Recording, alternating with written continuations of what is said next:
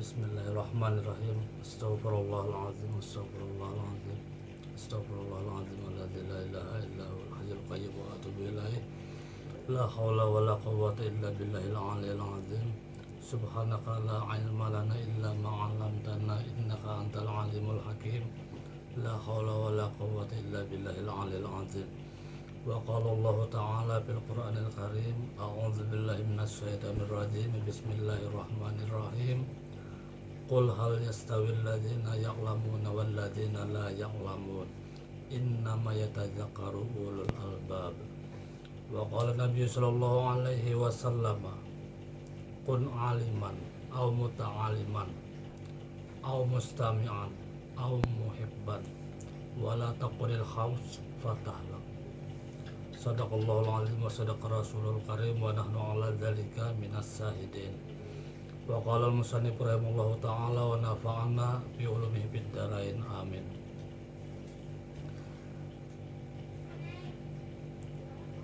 Mahasiswa, mahasiswi serta seluruh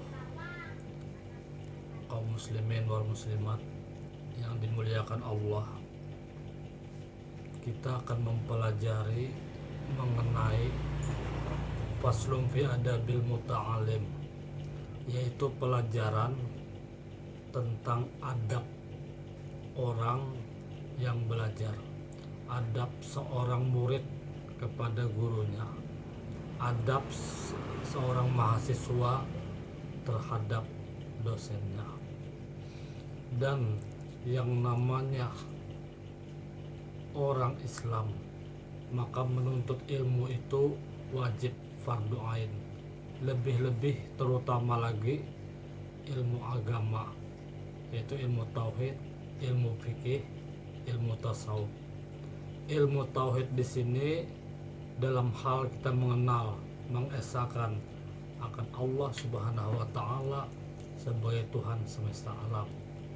Kemudian menuntut akan ilmu fikih, ilmu syariat dalam hal untuk bagaimana kita melaksanakan ibadah, yang mana ibadah itu sesuai dengan kehendak daripada Allah Subhanahu wa taala yang telah dicontohkan oleh baginda kita Rasulullah sallallahu alaihi wasallam.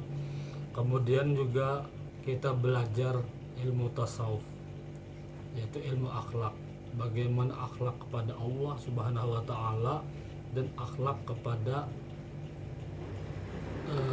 dalam pergaulan kita sehari-hari. Jadi yang namanya ilmu tasawuf itu sebenarnya adalah ilmu adab atau ilmu akhlak. Jadi tidak benar belajar tasawuf ketinggian gila, yaitu karena belajarnya tidak berguru.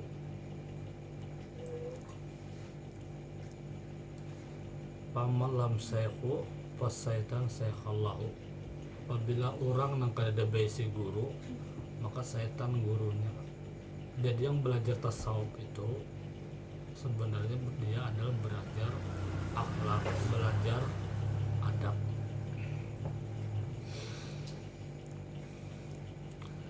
Kita kadang-kadang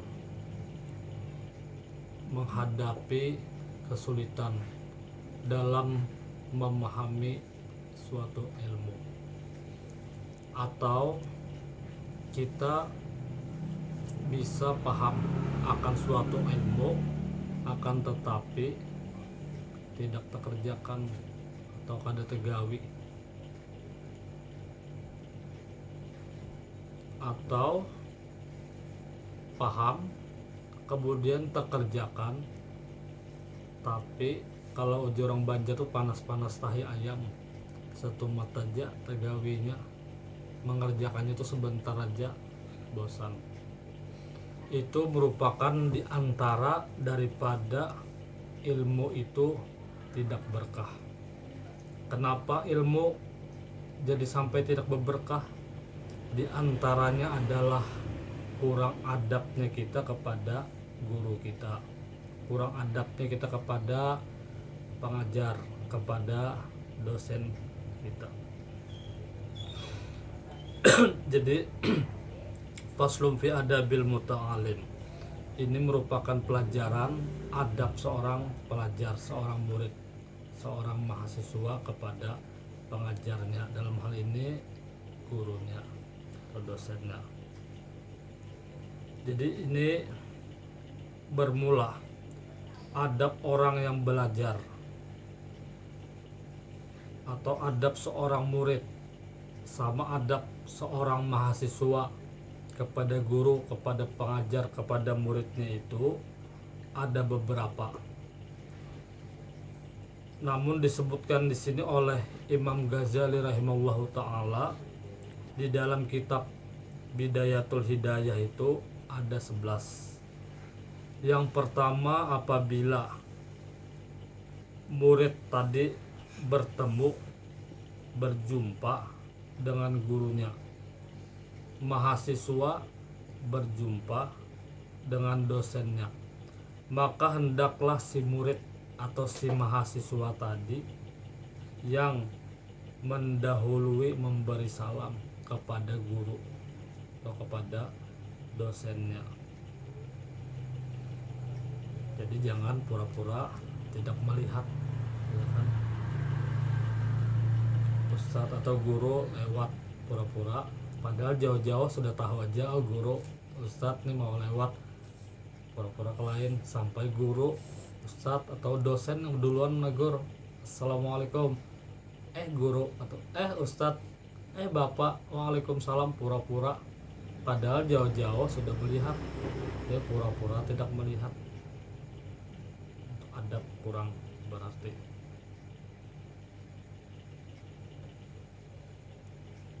Yang memberi salam sunnah, yang menjawab wajib. Misal masuk ruangan, masuk lokal atau masuk kelas mahasiswa, masuk assalamualaikum, beri salam sunnah kan, jadi di dalamnya menjawab wajib. Tapi kedudukan wajib sih jadinya fardu kifayah.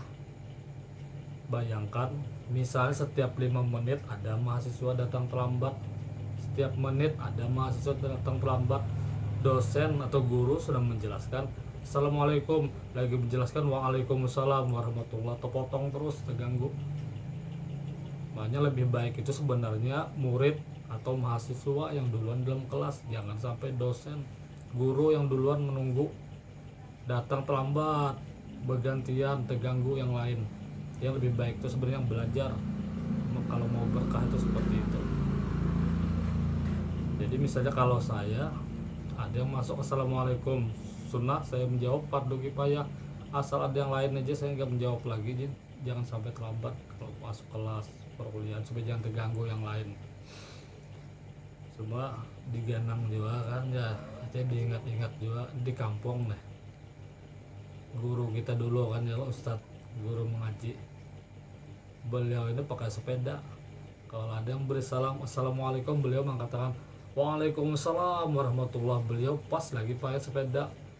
Assalamualaikum, waalaikumsalam warahmatullah, angkat beliau tangan, pas hilang di tikungan, diganang juga.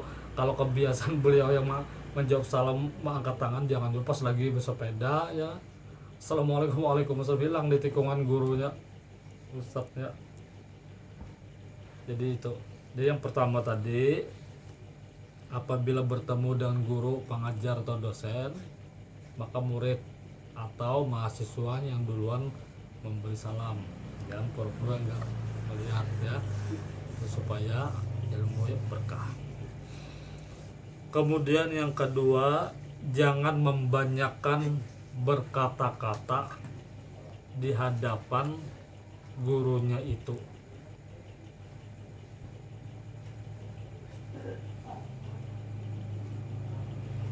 Apa maksudnya orang wah ini diborek? Iyalah, memborek, banyak pandir.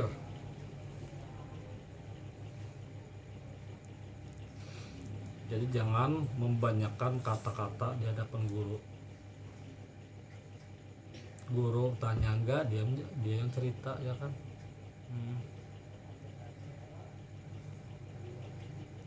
Guru, tadi saya sebelum ke tempat sampean ini singgah di, misalnya di Gambut, melihat sate, rasa pengen makan sate, beli 5. Enak guru, nambah lagi saya 10, enak tambah lagi 15. Membawakan guru enggak ya, membawa kisahnya aja memborek, guru tanya enggak, karena takut nih guru ya kan, saya enggak bertanya.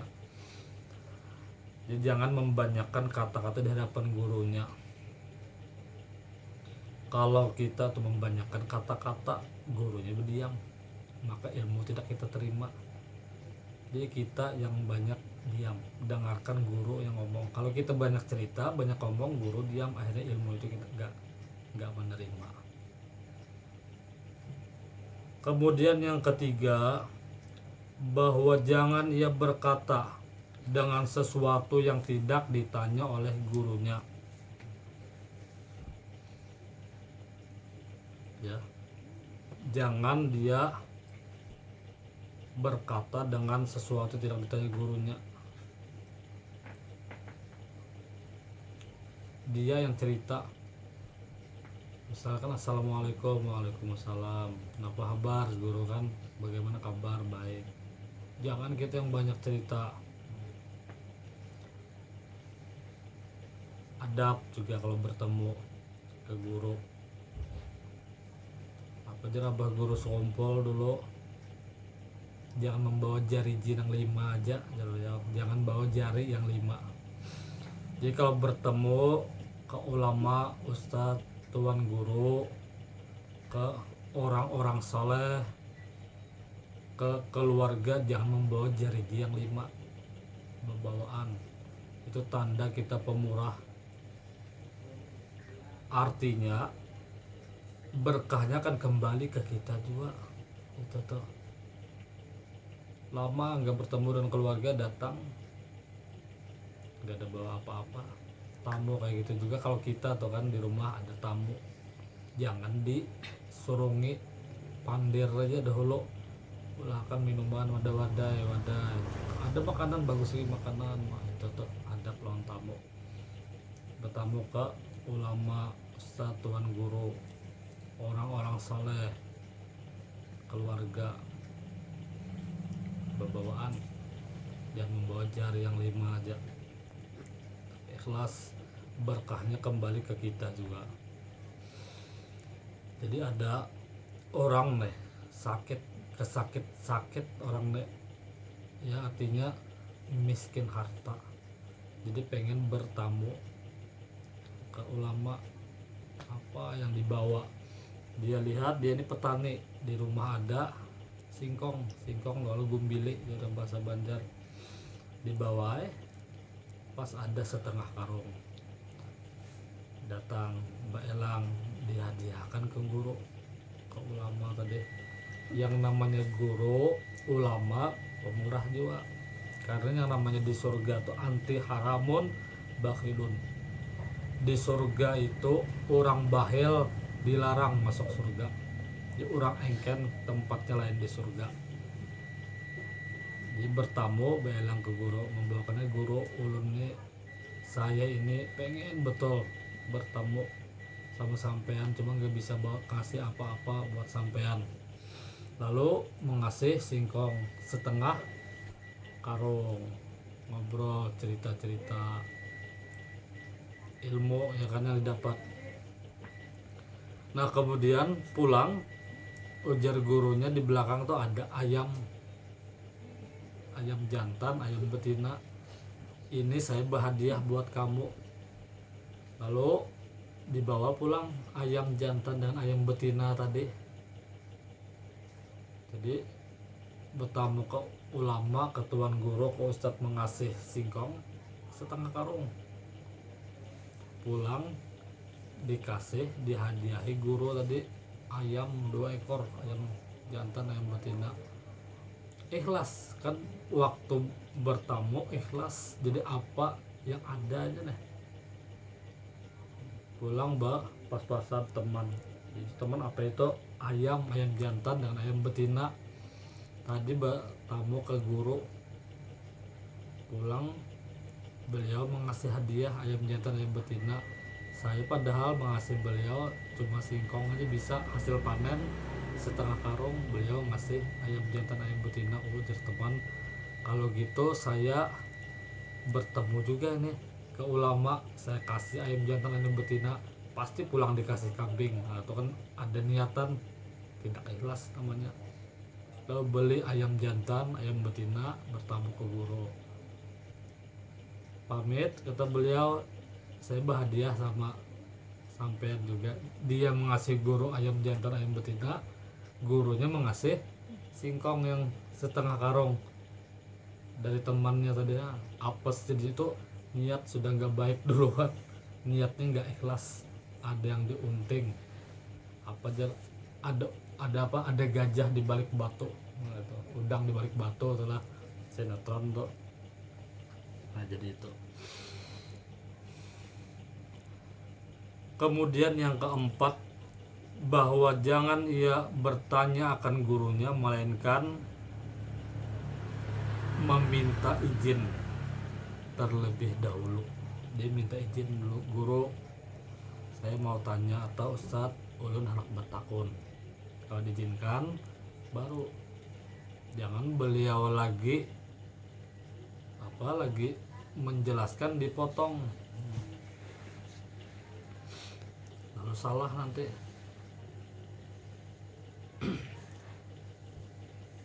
Guru saya lagi menjelaskan nih, guru dalam mawaris tuh guru, orang nih meninggal dapat warisan lah. Tidak nih guru, betul itu jawaban guru. Jadi sama-sama guru lagi menjelaskan lain, dia memotong, gurunya menjawab potong juga. Tidak. Padahal kan lihat dulu, ya jelas orang meninggal mah dapat warisan buat apa, cuma lihat yang meninggal ini orang tuanya laki-laki, anaknya laki-laki, dapat sebenarnya. Cuma karena tidak menjelaskan detail bahwa yang meninggal ini laki-laki, punya anak laki-laki, ya salah artinya jawaban. Dan namanya guru ini kan harus jawabannya harus tegas juga. Kalau gurunya ragu, muridnya ragu juga, jadi harus tegas. Ini kisah di kampung nih dulu, ya di pondok kan, di pesantren di kampung. Jadi waktu mengajar, guru minta izin, tanya, ya silakan. Kalau kencing guru menghadap kiblat itu hukumnya haram atau makruh? Guru tuh jawaban harus tegas. Haram kata gurunya. Kan harus tegas kan, yang namanya guru itu kan. Haram kata gurunya. Iyalah guru, haram kan makruh? Haram kata guru. Padahal kalau kencing menghadap kiblat itu hukumnya apa? Hukumnya makruh. Padahal aku mau menjawab tadi makruh juga aja. Sidin mau memulai kada yakin juga, harus yakin ya hukumnya makruh. Jadi gurunya menjawab haram nih guru. Kada makruh lah guru, haram nih guru.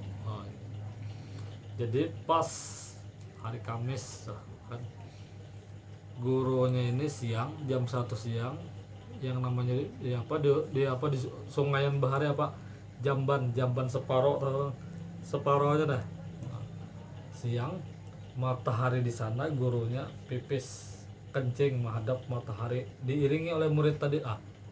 Maka ajar guru bahwa kencing menghadap kiblat itu hukumnya haram. Kenapa beliau yang mengerjakan? Coba mana besok mau tanya, bukannya mau wal guru, jangan mau wal guru, kurang adab. Mau tanya benar ya, mau tanya. Jadi besok pas pelajaran hari Jumat pagi, guru mau tanya lagi, guru pasti mengenai kencing menghadap kiblat kok. Gurunya kasap juga ya kan, tinggi guru aja. Jadi hukumnya guru sebujurnya haramkah makruh? Haramnya gurunya, tetap ada berubah. Tapi guru kemarin ulun melihat pian jam 1 siang di titian di jamban kencing, matahari di sana, pian menghadap ke sana. kenapa pian menggawi ini kan bawal ada apa betakun libur ya, makanya betakun bertanya kalau nggak tahu. Betul aja badanku menghadap kiblat posisi jamban. Nah, makanya deh WC tuh terutama di masjid-masjid, makanya pengurus masjid tuh harusnya alim, jangan asal-asalan. Posisi masjid di masjid apa WC toilet di masjid jamaah pipis buang air besar menghadap kiblat, karena posisi jamban sudah kayak gitu, posisi WC sudah seperti itu, karena posisi jamban seperti itu. Saya terpaksa seperti itu tapi kata gurunya yang di bawah kok belok kan, di guru bilang kadang kalah juga ya kalau. Kemudian yang kelima, bahwa jangan ia menyangkal akan perkataan gurunya itu dengan membandingkan dengan ulama lainnya. Jangan membanding apalagi dalam hal fikih.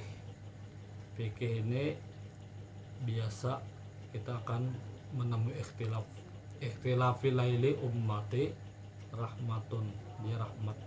Jangan bahwa itu aja, jangan bermasalah. Yang berjanggut jangan menjambati yang tidak berjanggut. Jadi yang berkumis jangan menyambati yang berjanggut. Ujar yang berjanggut, berkumis, tidak berjanggut, kucing. Jadi yang berkumis juga mau olok-olok yang berjanggut, tidak berkumis itu kambing. Jadi yang tidak berkumis, tidak berjanggut itu anjing, ya pas. Anjing, kambing, lang kucing bersambatan, nah, ujung-ujungnya bersambatan lah. Jadi kalau sebuah wal kita di sini masalah, kalau masalah furu'iyah kada usah membanding-bandingkan guru, pendapat betakun ke guru ini dibandingkan waktu buat temu dengan guru jawabannya kada kayak pian ya, tuh guru diadu domba, jelas kada beradab murid yang seperti ini. Imam Syafi'i dengan Imam Malik dahulu ya. Jadi jar Imam Malik ini kan guru nih, perguruan oleh Imam Syafi'i. Jadi Imam Malik bahwa rezeki itu sudah diatur Allah. Artinya burung yang terkurung di dalam gua pun yang namanya rezekinya tetap ada rezekinya. Jadi Imam Syafi'i kadang itu gurai, kalau pendapat ulun burung itu ikhtiar, berusaha dulu keluar dari gua cari rezeki. Jadi berbeda pendapat. Lalu bapak berpamitan, Imam Syafi'i minta izin keluar. Ya, ulama dahulu beda pendapat tuh rahmat, jangan jadikan masalah bertumburan. Lalu keluar Imam Syafi'i melihat orang memanen anggur. Lalu umpatai Imam Syafi'i begawi bekerja, nah membantu orang memanen anggur. Pulang dari memanen anggur diberi anggur 2 kantongan Imam Syafi'i nih. Lalu menghadap ke Imam Malik, hendak membuktikan nih, ya kan? Artinya bahwa ikhtiar bekerja dulu hanya dapat rezeki. Datang ke Imam Malik membawa kantongan, membawa anggur. Jadi apa itu dia Imam Malik? Anak guru anggur, boleh aku merasai meminta nah. Ini silakan guru, padahal dimakan oleh Imam Malik anggur tadi tuh. Jadi Imam Syafi'i, nah ini guru ulun saya ini membuktikan bahwa ikhtiar dulu. Ikhtiar, saya membantu memanen anggur, pulang dapat rezeki anggur. Di Imam Malik, aku Imam Syafi'i mulai mulai kamu tadi berangkat sampai ini tidak keluar rumah, di rumah aja sudah makan anggur, karena anggur rezekiku dari ikan membawakan. Lalu siapa yang salah di sini? Salahuddin ya kah? Salah sih ya. Jadi jangan bersalah-salahan. aku terus ya Naja Salahuddin Mansal sih ya, si kambing abu-abunya ya kah